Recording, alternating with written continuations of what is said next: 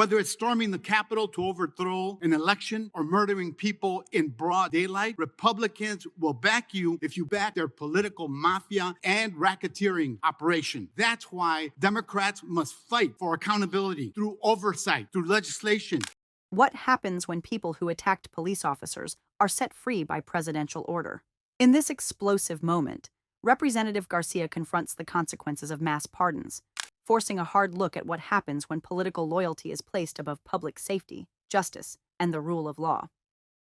Let's remember why we're here today. Donald Trump incited an insurrection in 2020 because he refused to accept that he lost that election. And then he took classified documents with him and put them in Mar-a-Lago. Republicans support impunity for criminals, not accountability. There's no clearer example than that of the blanket pardon of nearly 1,600 insurrectionists on day one of this disgraceful presidency. Trump pardoned people convicted of seditious conspiracy who brutalized police officers. There are 4 of them who can testify to that here, and who wanted to kill Vice President Pence. People who've committed more crimes since the insurrection: sexual assault, child molestation, aggravated kidnapping. That's who Trump pardoned, and that's whose side Republicans are on. They may not want to, but they are, because they refuse to tell the truth. Mr. Smith, let me ask you something. Does pardoning violent rioters who brutalize law enforcement officers, spray peppering them, tasering them, beating them up, kicking them, smashing them in door frames, make our country safer? Absolutely not. As a prosecutor, can you describe why these pardons make our communities less safe and undermine our criminal legal system more broadly?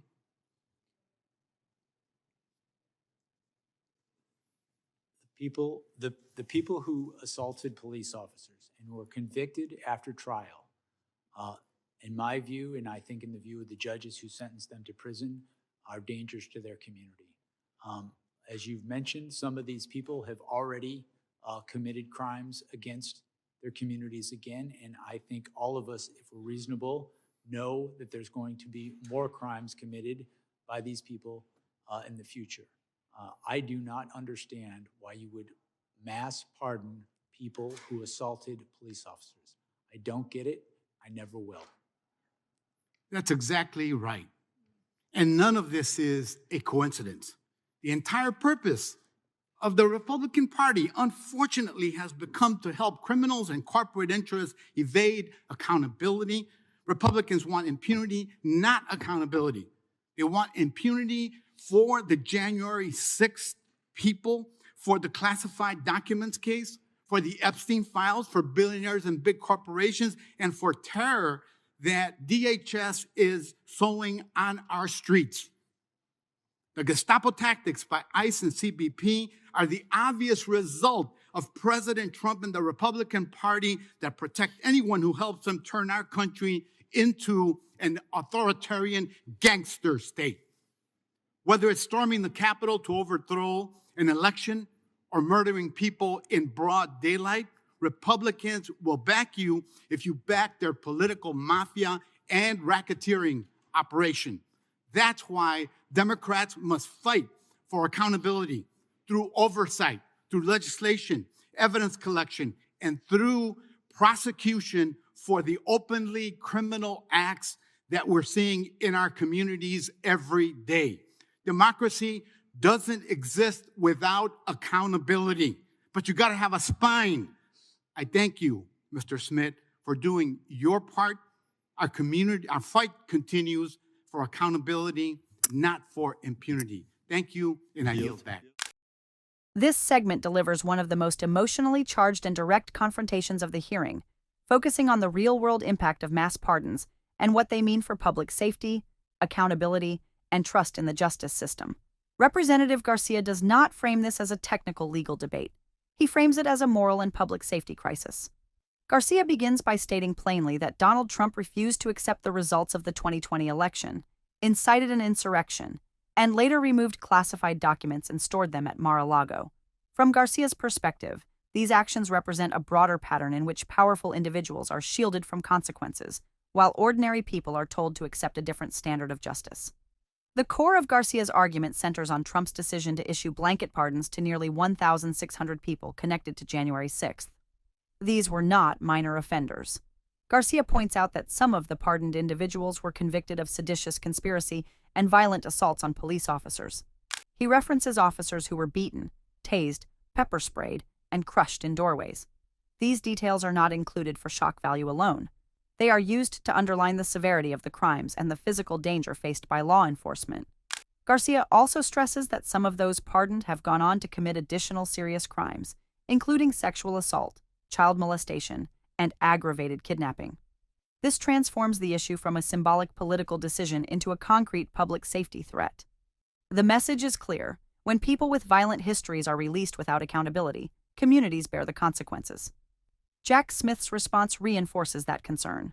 Speaking as a prosecutor, he states plainly that people who assaulted police officers and were convicted after trial are dangers to their communities. He notes that judges imposed prison sentences because of the seriousness of the crimes and the risk of future harm. Smith makes it clear that, in his professional judgment, releasing these individuals makes it more likely that more crimes will occur. Smith's statement is striking in its simplicity and force. He says he does not understand why anyone would mass pardon people who attacked law enforcement, and he states that he never will. That response strips away political framing and reduces the issue to a basic question of public safety and responsibility. Garcia then widens the lens. He argues that this pattern reflects a political culture that protects wrongdoers instead of holding them accountable. In his view, this extends beyond January 6th and includes efforts to shield powerful figures, corporations, and political allies from consequences. He presents this as a systemic problem, where loyalty and power determine who is protected and who is prosecuted. Garcia also links these decisions to broader concerns about authoritarian behavior, aggressive enforcement tactics, and the erosion of democratic norms. His language reflects deep frustration with what he sees as a shift away from equal justice under the law and toward a system where political alignment can override accountability. The emotional force of Garcia's remarks comes from the contrast he draws between the sacrifices of law enforcement officers and the decision to free people who attacked them. For many viewers, this creates a powerful sense of injustice. Officers who put their lives on the line are left with injuries and trauma, while those responsible are released by political decree.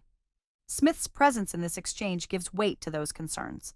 As a career prosecutor, his comments are not framed as partisan attacks. They are framed as professional assessments of risk, harm, and the role of accountability in preventing future violence. The segment closes with Garcia calling for continued oversight, evidence gathering, legislation, and prosecution where appropriate. His message is that democracy cannot function without accountability, and that allowing violence and lawbreaking to go unanswered sends a dangerous signal. This moment leaves viewers with a stark choice: a system where power can erase consequences, or a system where the law applies regardless of political status. The exchange makes clear that the debate is no longer abstract. It is about whether communities are safer when violence is excused, whether police officers are truly supported, and whether justice remains blind to political loyalty.